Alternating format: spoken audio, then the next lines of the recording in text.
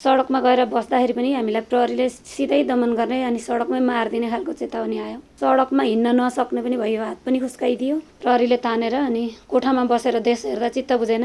आमरण अनसनमा बसेको, जोगीको भेषमा डाकुको रूपमा प्रवेश गरेको, औद्योगिक सञ्चार क्षेत्र सम्पूर्ण जगतलाई प्यारालाइसिस गराई नेपाल नै ध्वस्त पार्ने मुख्य खेल हो। रामदेव जस्तो एउटा जोगीको व्यापारीलाई कृषि क्रान्ति चलाएको देख्नु, धन्यवाद दिनु। माधव नेपालले म नेपाली हुँ भन्ने कति पनि भावना देखाउन नसकी आफ्नो परिचय तन मन धन भारतीय व्यापारीमाथि नै सुम्पिनु, आफू भारतीय भएकै कारणले देशको सरकारबाट, हाम्रा पार्टी नेता, सबै पार्टी नेताबाट रामदेवले पाएको माया, ममता, स्नेह, सहयोग नेपालका आजसम्म कुन किसानले, कुन उद्योग व्यवसायीहरूले पाए? नेपाल सरकारले किन यहाँ भित्रका रोइरहेका व्यापारीहरूलाई हेर्दैन र विदेशीलाई यस्तो गर्छ? चाहिँ भारतले नयाँ आयात भारतलाई गर्छ र त्यहाँ भएका बिग्रेका यस्ता जडीबुटीहरू चाहिँ नेपालीले खानुपर्ने बाध्यता बनाउँदैछ।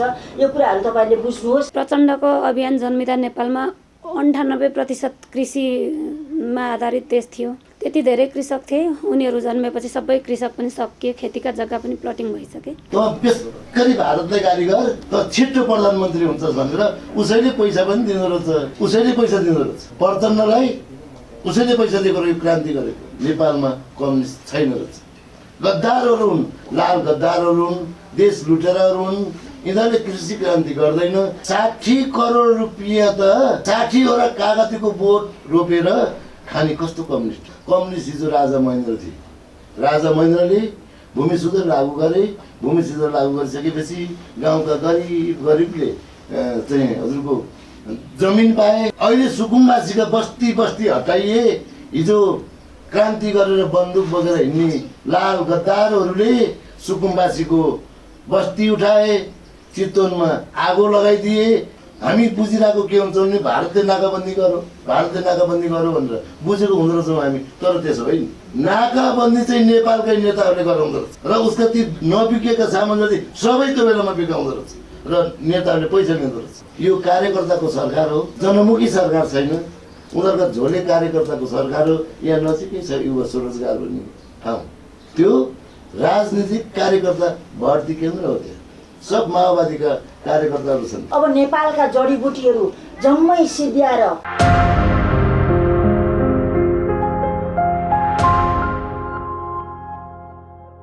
यहाँ उपस्थित हुनुभएका सम्पूर्ण पत्रकारज्यूहरू र अन्य साथीभाइहरू,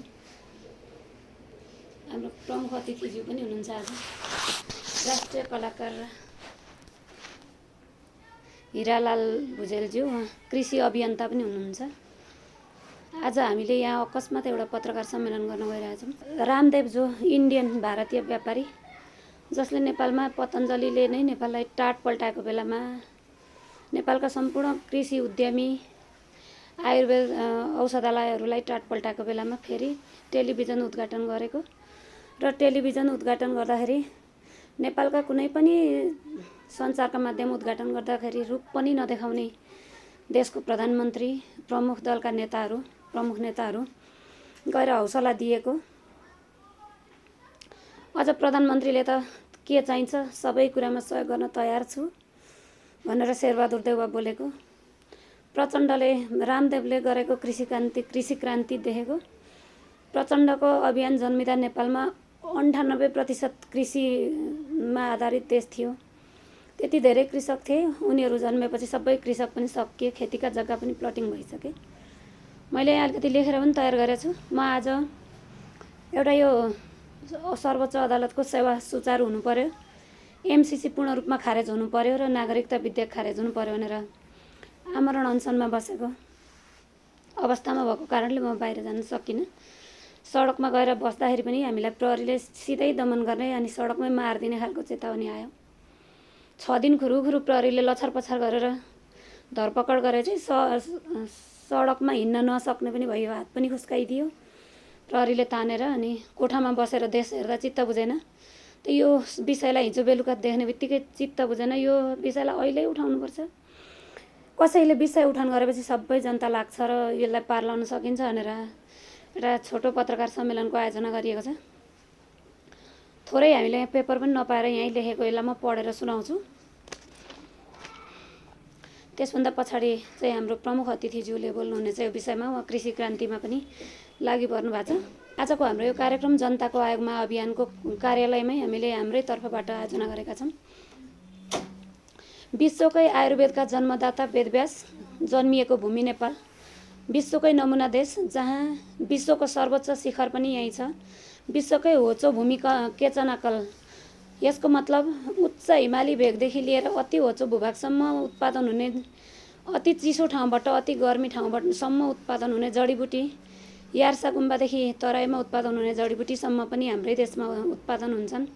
र नेपालमा विगतका शासकहरूले देशमा एलोप्याथीको विकास नै नभएका बेलामा पनि यही जडीबुटी जन्य आयुर्वेदिक औषधालय उपचार पद्धतिको विकास र प्रयोग गरेर जनतालाई बचाएको प्रष्ट प्रमाण र उदाहरण थिए। नरदेवी आयुर्वेद औषधालय, वैद्यनाथ जडीबुटी र जडीबुटी उत्पादन तथा प्रशोधन कम्पनी लिमिटेड जडीबुटी कोटेश्वर, यी प्रष्ट उदाहरण छन्।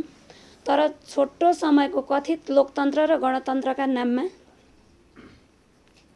आज ती संस्थान, औषधि उत्पादन गर्ने औषधालयहरू, जडीबुटी कम्पनीहरू पूर्ण रूपले नष्ट गर्न एकातिर यही सरकार र लोकतन्त्र लाग्यो भने अर्कोतिर देशभित्रका उत्पादकहरूलाई धाराशाही पार्दै त्यही क्षेत्रमा विदेशी व्यापारीहरूलाई, उदाहरणको लागि रामदेवको पतञ्जली, नेपालको कृषि जडीबुटी सम्पूर्ण व्यापार, सरकारी सुविधा, जग्गा जमिन, भौतिक सुविधा सहित उपलब्ध गराइनु, सम्पूर्ण नेपाली किसान, उद्योग व्यवसायी, जडीबुटी तथा आयुर्वेद कम्पनी, औषधालयहरूको लगानीमाथि ठाडो वैदेशिक तथा सरकारी प्रहार हो।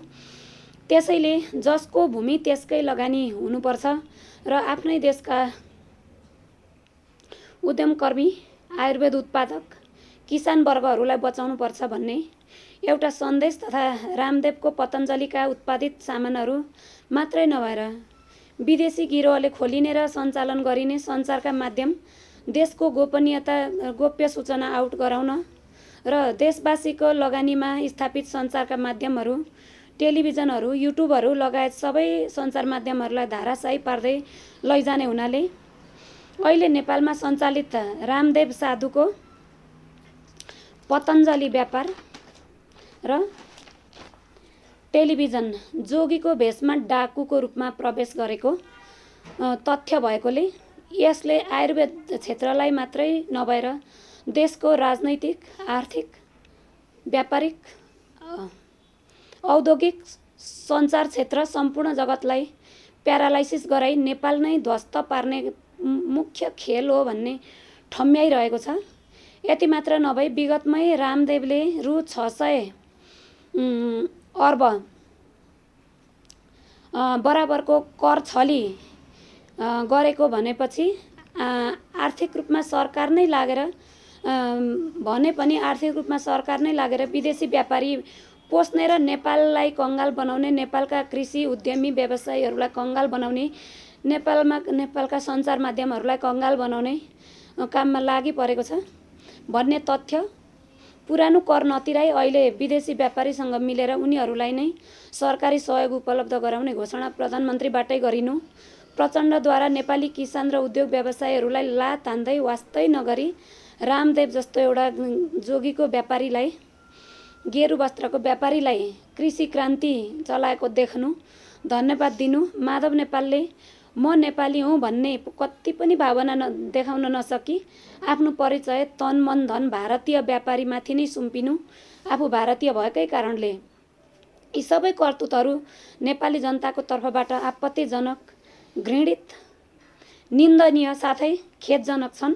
अझ अर्को कुरा, रामदेवका सर्फ र साबुनले बढी केमिकल प्रयोग भएको कारण प्रयोगकर्ताहरूको हातखुट्टाको छाला खाएको तथ्यहरू 2 वर्ष पहिले पनि सार्वजनिक भइसकेपछि पनि अनुगमन, अनुसन्धान तथा कारबाहीमा नलगी तिनै सामानलाई प्रचार प्रसार गर्दै नेता नै लागि परिदिनु र सारा नेपाली व्यापारीहरूलाई तिनै सामानको, त्यस्तै उत्पादन गरिएका सामानहरूको चाहिँ बजारै नपाएर तडपिरहनु नै नेपाल र यो देखावटी सरकार, राजनैतिक दलहरू सबै विदेशी एजेन्ट हुन् भन्ने ठहर गर्दै अहिले तत्काललाई रामदेवद्वारा सञ्चालित टेलिभिजन र पतञ्जलिका सम्पूर्ण उत्पादनहरू अहिलेलाई सम्पूर्ण नेपाली जनताहरूले पूर्ण रूपमा बहिष्कार गर्दै क्रमशः सरकारी तर्फबाट पनि बन्द गराउनै पर्छ भन्ने र त्यसको लागि सम्पूर्ण नेपालीलाई ऐक्यबद्धता जनाइदिनु हुनको लागि हार्दिक आह्वान र अनुरोध समेत गर्दै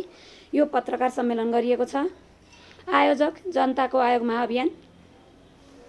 मैले यति पढेर सुनाउँदै अब यस्ता विदेशी गिरोहले चाहिँ नेपालमा प्रवेश गर्नु भने नेपालको सम्पूर्ण जडीबुटी उनीहरूले निःशुल्क रूपमा लिएर नेपाली जनतालाई उनीहरूको उत्पादन नेपालीलाई नै व्यापार गर्ने र नेपालको पैसा जति लाने नेपाललाई कङ्गाल बनाउने यो गिरोहलाई रोक्नै पर्छ। ऊ पल्केपछि अरू दुनियाँ देशका पल्किन्छन्। हाम्रा देशमा पनि छन्, विगतदेखि धेरै आयुर्वेद औषधालयहरू छन्, कम्पनीहरू छन्, कृषि व्यापारीहरू छन्। अनि हाम्रो देशको औषधि जडीबुटी हामीले नै प्रयोग गर्नुपर्छ। पैसा कमाइन्छ भने हामीले नै लगानी गरेर हामीले नै कमाउनुपर्छ। त्यस्ता व्यक्तिहरू हाम्रो देशमा पनि हुनुहुन्छ भनेर आज अहिलेलाई म योभन्दा पछाडि हाम्रो राष्ट्रिय जनकलाकार तथा कृषिमा क्रान्ति ल्याइरहनुभएका हिरालाल भुजेलज्यूलाई आफ्ना भनाइहरू राखिदिनको लागि त्यहीँबाट अनुरोध गर्दछु। नेपालका राजनीति गर्ने नेतृत्व वर्गहरूले के गर्दो रहेछ भने त बेसकरी भारतलाई गाली गर, त छिटो प्रधानमन्त्री हुन्छस् भनेर उसैले पैसा पनि दिँदो रहेछ, उसैले पैसा दिँदो रहेछ। प्रचण्डलाई उसैले पैसा दिएको यो क्रान्ति गरेको। त्यस्तै शेरबहादुर देउपालाई उसैले पैसा दिएको र यो क्रान्ति गरेको। तपाईँको जय नेपाल भन्ने शब्द भारतबाट आएको, जस्तो जय भारत भनिन्थ्यो त्यस्तै त्यहाँबाट आएको हो। पुलिसले भन्छ जय नेपाल, रेडियोले भन्छ जय नेपाल। यसको स्टुडियो थियो विराटनगर। यिनीहरू भारतको पैसैबाट चल्दै। मैले 31 वर्ष अनवरत कम्युनिस्टको आन्दोलन गर्दा 10 वर्षको उमेरदेखि कम्युनिस्ट आन्दोलन गरेँ। मलाई थाहा भयो 33 वर्ष लागेपछि 18 चोटि जेल पर्ने, अब बढ्दा 19 चोटि हुन्छु। मैले बुझेँ नेपालमा कम्युनिस्ट छैन रहेछ। गद्दारहरू हुन्, लाल गद्दारहरू हुन्, देश लुटेराहरू हुन्। यिनीहरूले कृषि क्रान्ति गर्दैन, समविरोधी हो, समविरोधी हो। समृद्ध नेपाल, सुखी नेपाली होइन। त्यो शब्दजाल गरेर वृद्ध भने के हो? वृद्ध भनेको त बुढो होला नि त। यस्तो गलत नारा दिएर नेपाली सोझा रैती बनाएको छ। हिजो महेन्द्रको पालामा जनता थिए, अहिले जनता रैती बनेको छ। रैती जनता नागरिक फरक फरक पाटा हो। अब अहिले जनता बनेको छ, रैतीबाट जनतामा आएको छ। तपाईँ हामी सबले बुझ्नुपर्ने कुरा। अब यहाँहरूलाई भारतबाट आयातित हुने वस्तुहरूको स्मरण गराउँ। मेरो घर दोलखा जिल्ला भीमेश्वर नगरपालिका वडा नम्बर 5 हो। म भर्खरै घरमा गएको थिएँ, त्यहाँनिर सबको घरमा पसेको थिएँ। म त्यो चामलको बोरा बोरा थिएँ। त्यो गाउँ छोडेको मैले कति पनि भएको छैन, अहिले पनि जाने हामी गर्छु। राम्रो धान पर्ने ठाउँ हो त्यहाँ। सबको घरमा चाहिँ अहिले भारतबाट आयातित चामलहरू त्यहाँ सबको घरमा छरेको देखेको थिएँ। ताकि त्यो घरमा त्यो ढिकुटहरू खाली थिए।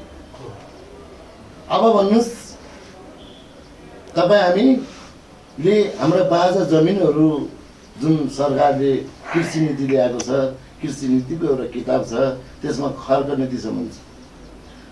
हजुरको नेपालमा 60 करोड रुपियाँ त 60 वटा कागतीको बोट रोपेर खाने कस्तो कम्युनिस्ट हो?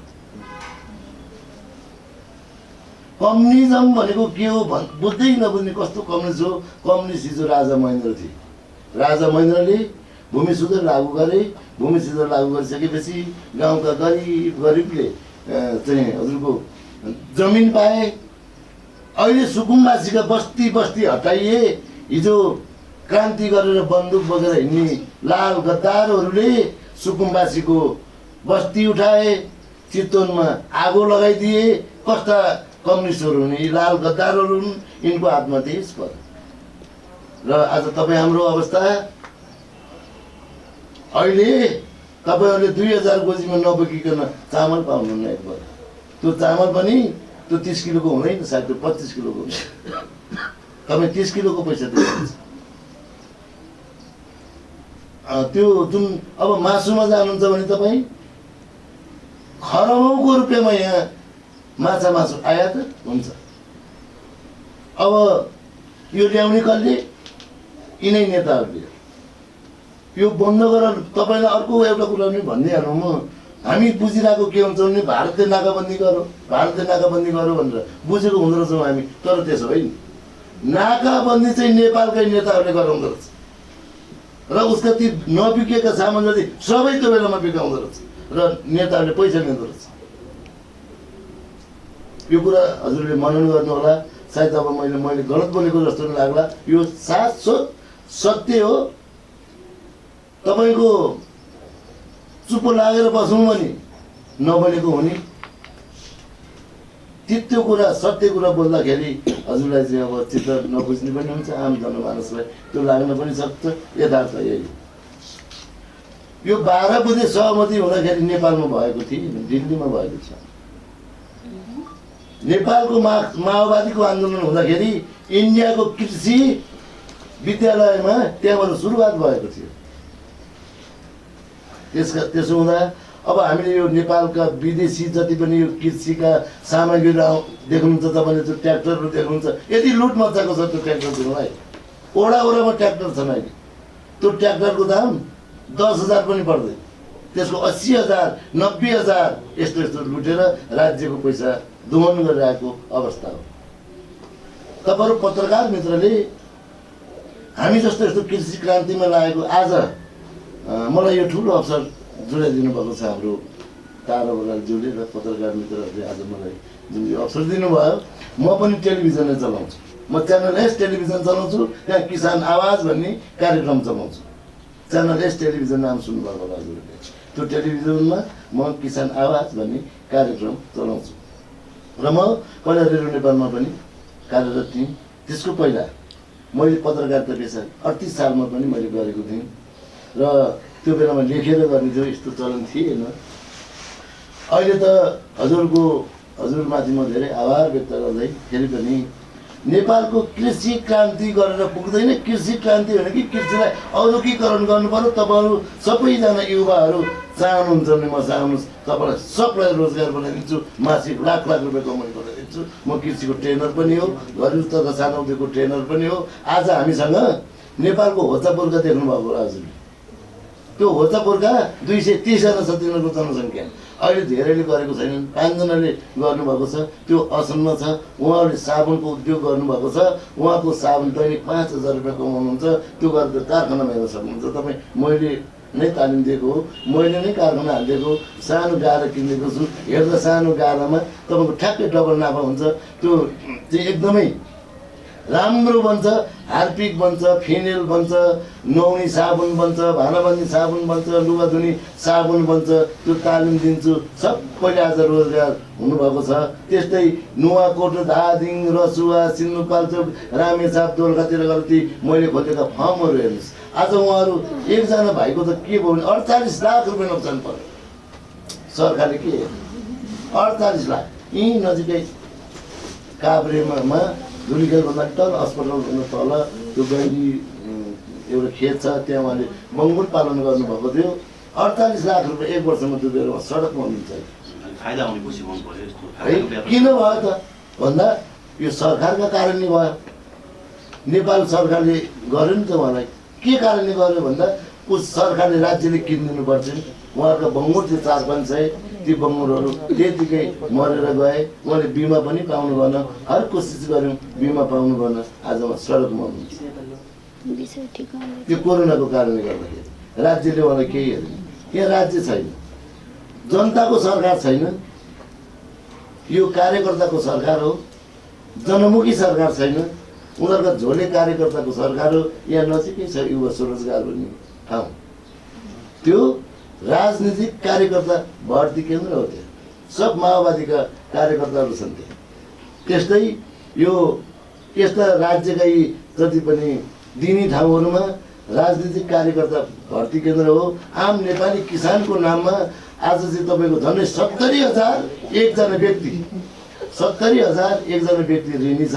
म मेरो परिवारमा 5 जना छ भने 70,000 को त कति ऋण लाग्यो होला मलाई। मेरो टाउको बेचेर पहिला देश लुट्ने, पुगेन भने विदेशबाट ऋण ल्याउने र मलाई ऋण बोकाइदिने। अब तपाईँको 70,000 पर व्यक्ति, एउटा बच्चा जन्म्यो भने 70,000 ऋण बोकेको हुन्छ अहिले। तर उनीहरूको आकलनमै 55,000 त छ नै, त्यो लुगाएर राखेको छन् तिनीहरूले। 70,000 तपाईँलाई ऋण 70,000 छ, मलाई ऋण 70,000 छ, मेरो छोराछोरीलाई ऋण 70,000 छ। अब भन्नुहोस् 30 वर्षमा यो देश कहाँ पुग्ला? हामीले कृषि क्रान्ति गरेनौँ भने, हामीले कृषिलाई औद्योगिकरण गरेनौँ भने अरू कसले गर्न त फेरि? तपाईँ हामीले नै गर्ने हो। आज मैले 21,000 युवालाई प्रत्यक्ष रोजगार हुनुभएको छ। उहाँहरू लाख लाख रुपियाँभन्दा पनि माथि कमाउनुहुन्छ। उहाँहरूको स्थानीय स्तरमा चाहिँ सुक्री बिक्री हुन्छ, त्यस्ता तालिमहरू सञ्चालन गरेको छौँ। तपाईँहरू हेर्न जान सक्नुहुन्छ। मैले झुट्टा बोलेको जस्तो लाग्ला तपाईँहरूलाई। म खासै त्यस्तो लाइफमा आउन चाहन्न थिएँ। उहाँ हाम्रो टाढा बराज्यूले भनिहाल्नुभयो र म आज यहाँ आएको हो। यो अवसरको लागि फेरि पनि धन्यवाद।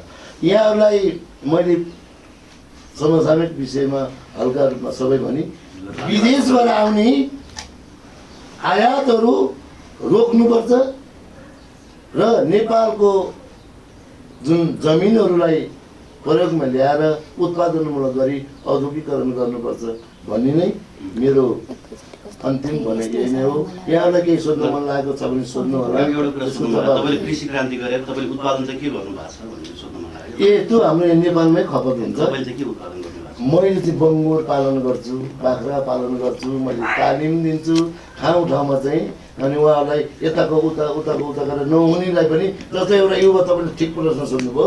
एउटा युवा चाहिँ मसँग केही पनि छैन, म केही गरी खान्छु भन्यो भने, अनि हामीले त्यो जुन धेरै पारेको छ नि छ, त्यो धेरै पारेको मान्छेले तेरो जिम्मा म लिन्छु होइन, तिमी यो चाहिँ मलाई 5 लाखको तिमी देऊ, यो किसानलाई यो भाइले देऊ भनेर म जिम्मा लिन्छु र उसलाई दिन लाउँछु। उसलाई 1 रुपियाँ नभए पनि उसलाई व्यवसाय बनाइदिन्छु। म सफल भएको कारण एकदम राम्रो गर्नुभएको छैन। अहिले तपाईँले के भन्नुभयो भने यो विदेशबाट आउने सामानहरूमा चाहिँ हामीले कटौती गर्नुपर्छ होइन, हाम्रो व्यापार घाटा बढी छ त्यो भन्दै हुनुहुन्थ्यो।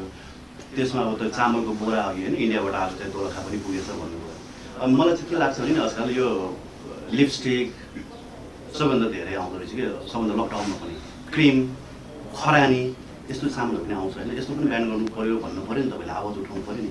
यो ठिक छ हजुर। यो लुगाहरू टिकटक बनाउने लुगाहरू न कति पैसा हाम्रो विदेशमा छ।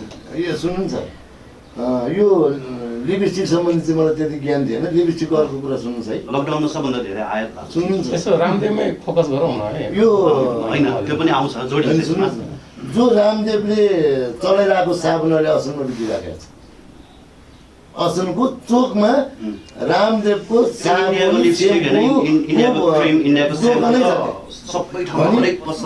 हामी प्रयोग गर्ने मान्छेले पनि प्रयोग गरिदिनु भएन नि। ठिक छ, तपाईँलाई धेरै धन्यवाद। अब पक्कै पनि रामदेवको अहिलेको नेपालमा रामदेवले ल्याएको गतिविधिले अब हिरालाल ज्यूले रोजगार दिनुभएका 55,000 पनि त्यसै लड्नेछन्, त्यसै मर्नेछन्। ठुलो व्यापार, ठुलो विज्ञापन सरकारले साथ दिएपछि, नेपाली व्यापारीहरूलाई बजार नदिएपछि त्यसै पनि नेपाली व्यापारीहरू धाराशायी भएरै जानुपर्छ। त्यसका लागि अहिले हामीले यति सचेत रहनुपर्छ कि अब ती 55,000 युवा युवतीले गरी खायौँ भनेर सुरु गर्दै गरेको व्यापार, उनीहरूको बजार छैन अहिले काठमाडौँमा। तर रामदेवको विज्ञापन प्रधानमन्त्रीले आएर गरेछ। सबै सामान प्रोडक्ट एउटै हुन्, साबुन सरफ उत्पादन गर्नेहरू। अहिले नेपालमा जे जति बजारमा उत्पादन हुन्छन् टोटल सामान रामदेवले उत्पादन गरेका छन्। नेपालीहरू कहाँ जाने, अब के गर्ने? यसका लागि हामीले शक्तिशाली कदम चाल्नै पर्छ। विदेशबाट आउने सामानलाई पहिले सरकारलाई अब हामी जनताको आयोगको माध्यमबाटै आह्वान गर्छौँ, नेपालमा उत्पादन हुने सामान विदेशी ल्याउन नदे भनेर। त्यसभन्दा पछाडि लागेन भने हामी बाटामा सबैतिरबाट आक्रमणकारी जत्था बनाउँछौँ अनि विदेशी सामानहरूलाई ट्रकमा आगो लगाइदिने त्यो तरिकाको अब अपनाउँछौँ। विगतमा देख्नु भएको छ चितवनमा 15 लाख ऋण गरेर एउटा किसानले काउली र बन्दा रोप्दाखेरि डोजर चल्यो तर काठमाडौँ र चितवन देशैभरिको तरकारी मन्डीमा नेपालको तरकारी बिक्दैन। हेर्नु सबै इन्डियन मात्रै तरकारी हुन्छ, इन्डियन मात्रै फलफुल हुन्छ। नेपाली फलफुल हुम्ला जुम्लामा स्याउ कुहिन्छ, कोरिया र तिब्बतको स्याउ यहाँ हुन्छ, इन्डियाको हुन्छ है। यो कुरालाई हामीले अब कहिलेसम्म रमिताएर बिल्कुल यो अहिलेको यो मौकाबाट अब हामीले सहनु हुँदैन, बढी सयौँ। अब सबै पार्टी कार्यकर्ताहरूले पनि पार्टी नभनिकन जनताको आयोगमा आउनुहोस्, यो काम हामीले गर्नै पर्छ। देश कङ्गाल पारेर पार्टी बोकेर विदेशीले पालेका एजेन्ट नेता बोकेर केही काम छैन। भोलि नेताले देश छोडेर जान्छन्, हामी कहाँ जाने है। यो विषयमा अब एकदमै छोटो भनाइ राखिदिनु हुन लक्ष्मी अधिकारीज्यूलाई यहाँनिर आएर। सचेत हुन चाहनुहुन्छ उहाँहरू सबैले सबै कुरा थाहा भइसकेको छ। धेरै वर्ष भयो, धेरै भइसक्यो अभियानकर्ताहरूले नि बोल्न थाल्नु भएको, तपाईँ हामीहरूलाई उठाउन थाल्नु भएको धेरै भइसक्यो। अब धेरै कुरा थाहा भइसक्यो, अब पनि हामी चुप लागेर बस्न मिल्छ कि मिल्दैन हामीले सोचौँ है। जसको पछि लागेर जसलाई हामीले देश त्यो उनीहरूले के गरे, हामीले कस्तो मान्छेलाई सुम्प्यौँ, उनीहरूले के गर्यो, त्यो सबै बुझिसकेपछि पनि अब हामी चुप लागेर बस्न मिल्छ कि मिल्दैन, हाम्रो कर्तव्य के हो? चुप लागेर बस्ने हाम्रो कर्तव्य हो कि हामीले गल्ती गरिसकेपछि हामीले त्यसको सच्याउनको लागि गर्नु हाम्रो कर्तव्य हो? हामीले सच्याउन के गर्नुपर्छ त्यो सबैले सोचौँ। र यो अहिले जुन रामदेवको अहिले पछिल्लो रामदेवको ले जे गर्न खोज्नु भएको छ त्यो त सबैतिर छ, जहाँसुकै छ। यो व्यवस्था रहेसम्म, यो देश हामीलाई जसको हातमा दियौँ उहाँहरूलाई रहेसम्म सधैँ भइरहन्छ। अब हामीले यसलाई कसरी तोड्ने सबैले त्यही सोचौँ र त्यसको लागि सबैजना लागौँ, उठौँ जागौँ भन्न चाहन्छु। अहिले रामदेव जोगीले पाएको माया ममता हाम्रो देशको सरकारबाट, हाम्रा पार्टी नेता सबै पार्टी नेताबाट रामदेवले पाएको माया ममता स्नेह सहयोग नेपालका आजसम्म कुन किसानले कुन उद्योग व्यवसायीहरूले पाए? सारा किसानहरू देशभरिका पार्टीमा लागेका किसानहरूले पनि अब यो प्रश्न गर्नुहोस्। आज तपाईँलाई प्रचण्डले हिजो रामदेवलाई दिएको माया ममता कुन माओवादीको किसान पार्टीको चाहिँ किसानले पायो पाएन, काङ्ग्रेसको किसान पार्टीको किसानले पायो पाएन शेरबहादुरले रामदेवलाई दिएको माया र सहयोग? अब तपाईँहरूले अन्तिम फैसला निर्णय र स्मरण गर्नुपर्ने बेला यही भएको छ। योभन्दा पछाडि हाम्रा नेपाली किसानहरूलाई सौताका सन्तानको रूपमा हेरिएको छ। यो कुरा अब सबै किसानले बुझ्नुपर्छ, सबै जडीबुटी उत्पादक कम्पनीहरूले बुझ्नुपर्छ भन्दै योभन्दा पछाडि चाहिँ वीरेन्द्र रङ्गोल सरलाई केही यो विषयमा भनाइराखिदिनु भयो। र नमस्कार, म चाहिँ यो हाम्रो यो जनताको स्वतन्त्र आयोगको म संरक्षक हुँ। जुन हाम्रो ताराजीले चाहिँ जुन अभियान उठाउनु भएको छ, हाम्रो यो जनताको स्वतन्त्र आयोगबाट पुरै समर्थन छ उहाँलाई चाहिँ। जुन हाम्रो पछिल्लो समयमा उहाँले भन्नुभयो निकै कुराहरू पनि उहाँले सुनाउनु, हामीले सुन्यौँ सबै कुराहरूमा। उहाँले पटक पटक रोडबाट उहाँले चाहिँ नि अब अनसन बस्दाखेरि चाहिँ प्रहरी प्रशासनले हस्तक्षेप गर्दै लाँदै हुन्छ। प्रहरी प्रशासन होइन, सरकारकै हो यो नीति चाहिँ। उहाँले जुन आवाज उठाउनु दिनु जस्तो कि उहाँले अनसनको लागि बस्नुपर्छ। मुख्य हाम्रो एजेन्डा भनेको वास्तविक भनेर एमसिसीकै हो, एमसिसीको विरोधमा हामी बोलिरहेको छौँ अहिले होइन। यो एमसिसी राख्दाखेरि पनि धेरै प्रहरी प्रशासन सिडिओ कार्यालयबाट पनि म अस्ति पनि गएँ सिडिओ कार्यालय, उहाँको ठाउँको लागि चाहिँ कहाँनिर दिँदा उपयुक्त हुन्छ भन्ने कुरा हामी छलफल गर्दाखेरि सिडिओ साहब सेक्रेटरी साहब चाहिँ यो म भन्न सक्दिनँ, एमसिसीले चाहिँ तपाईँको ठुलो काम गरेछ भन्ने कुरा हामी फर्कै भयो। निवेदन पनि हामीसँग थाहा थियौँ र अहिलेसम्म पनि खबर उहाँले के पनि गर्नुभएको छ, हामी खबर गर्छौँ उहाँको ठाउँ पनि दिन्छु भन्नुभयो। हामी धेरै ठाउँको लागि पनि राति 12-1 पनि घुम्यौँ हामी। प्रहरी लाने तपाईँको राति अब 11 बजीसम्म उहाँले छोडिदिनु भयो कार्यक्रम गर्दाखेरि। हामी राति 8-12 हामी 6-7 10 पनि घुम्यौँ हामी। हुँदा चाहिँ अति नै भइसकेपछि चाहिँ अब तपाईँ अफिसमै बस्नु भने हाम्रो राति नै उहाँले ल्याएर उठाएर ल्याएर चाहिँ यहाँ अफिसमा राख्यौँ। आज 5औँ दिन पनि भयो। र अहिले जुन यो अब पतञ्जलीको कुरा आयो, रामदेवजीको कुरा आयो होइन, उहाँले भन्नुभयो कि एउटा वर्ष लगाएर नेपालमा ठुला नेता भनौँ प्रधानमन्त्रीदेखि लिएर उहाँले किन सम्मानपूर्वक उहाँले नेपाल वेलकम गरी चाहिँ उहाँले त्यो जस्तै टेलिभिजन उद्घाटन किन गराउनु भयो भन्ने कुरा हामी प्रश्न हाम्रो छ त्यो उहाँलाई। किनभने उहाँभन्दा विज्ञहरू मान्छे हामीसँगै छन् होइन। र पतञ्जलीको विषयमा चाहिँ नि जुन जडीबुटी नेपालमा उत्पादन गरेको छ, त्यो नेपालमा उत्पादन भएको जडीबुटी चाहिँ उहाँलाई हामी किन हस्तान्तरण गर्छौँ त? के हाम्रो नेपालमा नभएकै हो त? के हामी नेपाल यति कमजोर छौँ त? अब हामी आफ्नै जडीबुटी हामी किन बुझ्दैनौँ त? हामी हिँड्छौँ बाटोमा, पाइली पछि जडीबुटी छ। म प्रायः जसो म बिहान मर्निङ वाक खान्थेँ केही कुराहरू आफूलाई जुन उपयुक्त लाग्छ स्वास्थ्यको लागि म टिपेर खान्छु। तर हाम्रो साथीभाइहरूले दाजुभाइले त्यो बुझ्दैन होला। जस्तै कमरको दुखाइ छ, हामी त्यो खोलाको किनारमा पाउँछौँ त्यो कमरको दुखाइ, ढाडको दुखाइ, त्यो धेरै कुराहरू छन्। हाम्रो जस्तै नेपालमा जडीबुटी संस्थाहरू छन्, हस्पिटल छ, त्यो औषधालय छ, उहाँ चाहिँ किन हामी नेपाल सरकारले प्रोत्साहन नगर्ने त? हाम्रो जडीबुटीमा छ, त्यत्रो अफिस छ, उहाँले त्यत्रो लथालिङ गरेर यही आगो उत्पादन भएको केही जडीबुटी उहाँले हामी किन हस्तान्तरण गर्छौँ त? यी कुराहरूमा हामी धेरै अब नेपाल दाजुभाइ दिदीबहिनीले सोच्नुपर्नेछ। धेरै होलान् यस जडीबुटी काम गर्ने, जस्तै हाम्रो असम चोकमा चोकमा छ जडीबुटी काम गर्नेहरू साथीभाइ, उहाँले पनि धेरै सोच्नुपर्ने छ। यसको लागि हामी बुलन्द आवाज उठाउँ, जडीबुटी हामी किन रोक्छौँ, उहाँले हामी किन हस्तान्तरण गर्छौँ? अब जस्तै कि उहाँले भन्नुभयो यार्सा गुम्बा अहिले वर्ल्डमै फेमसमै छ। यार्सा गुम्बा वान पिसको अहिले 1200-1300 रुपियाँ लिन्छन् भनेदेखि हामी उहाँलाई किन छुट दिने त? त्यो हामीले पार्टीहरूले पनि धेरै हाम्रो शरीरको लागि धेरै बलिएको लागि एउटा भनौँ ऊर्जाको लागि उपयोग हुने कुरा हो। त्यो हामी किन त्यसलाई सस्तो मूल्यमा हामी लिएर हामी आफ्नै देशमा नै हामी त्यसलाई प्रत्येक घरमा चाहिँ पुर्याउने, रोगको लागि हरेक रोगको लागि त्यो क्षमता पनि दिने हो। अनि यी धेरै कुराहरू छन्। यस्ता कुरालाई हामी नेपाल दाजुभाइ धेरै मध्यनजर गरी यसलाई कसरी हामीले चाहिँ संयम गरेर यसलाई चाहिँ उत्थान गर्ने भएको हामी नेपाली उहाँलाई चाहिँ जुन यो विषयमा काम गर्ने उहाँ सरलाई चाहिँ हामी प्रोत्साहन गरौँ र उहाँसँग पनि हामी राय सल्लाह लिएर गरौँ। यो जुन पतञ्जलि आयो, मैले त्यो तपाईँको पतञ्जलि रामदेव बाबाजीको एउटा उत्पादन मैले एउटा तपाईँको आजभन्दा 4 वर्ष अगाडि हनी किनेको थिएँ। मैले प्रत्यक्ष मैले हनी किनेको थिएँ। त्यो हनी मैले चाहिँ 6 दिनमा चाहिँ त्यो चिनीको उसमा पाएँ कि मैले त्यो बट्टाएँ र मैले त्यो फोटो खिचेर चाहिँ नि मैले फेसबुकमा त्यो स्ट्याटसमा पनि हालेको, मैले साह्रै गाली पनि गर्दा थिएँ र त्यसमा पनि मलाई कति त्यो कम्पनीले पनि मलाई प्रश्न पनि गरेको थियो मलाई, यो तिमी आफैले गरे हामी के हो भन्ने कुरा। मैले त्यो पसलमा किनेको सोधेँ, मैले त्यहाँ पनि गएर मैले डिस्कस पनि गरेको थिएँ। मैले त्यो एकान्त कुरा मैले किनेको थिएँ, एउटा होलसेल डिपार्टमेन्टमा गएर किनेको थिएँ होइन। यस्ता कुराहरू हामी धेरै कुराहरू बुझ्नुपर्ने छ र त्यहाँदेखि मैले पतञ्जलि भन्नेको मैले अनुहार पनि हेरेको छु, मैले हेर्दा पनि हेर्दिनँ। म जे छ हाम्रो नेपालमा उत्पादन भएको कुरालाई युज गरौँ। चितवनबाट रामदेवको पतञ्जलिले ओरिजिनल 700 रुपियाँ प्रति लिटरमा लिन्छ। त्यो लिने ठाउँ मलाई थाहा छ, तर उसले बजारमा बेच्दा 500 रुपियाँ प्रति लिटरमा बेच्छ। त्यो कसरी हुन्छ? होलसेलमा 700मा लिन्छ, बेच्दा 500मा बेच्छ। सबैले एउटा जोगीको रूप देखेपछि सत्य देख्छ। बिल्कुलै यो काम गर्नु हुँदैन। आजसम्म त्यो सामानहरू उत्पादन गर्ने नेपालमा कोही पनि नभएको हो त है हो। यति कुरामा नेपाल सरकारले किन यहाँभित्रका रोइरहेका व्यापारीहरूलाई हेर्दैन र विदेशीलाई यस्तो गर्छ? म यो प्रश्न एकदम गम्भीर छ अहिले सरले भन्नुभएको। अहिले भारतले रामदेवलाई पठाएर नेपालमा एउटा उत्पादन गर्नको लागि रामदेवलाई पठाउने एउटा क्रम चाहिँ यस्तो छ कि भारतका जडीबुटीहरू कम हुँदै गए।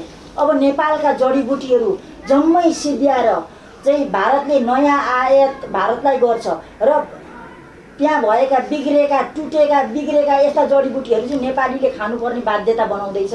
यो कुराहरू तपाईँले बुझ्नुहोस्।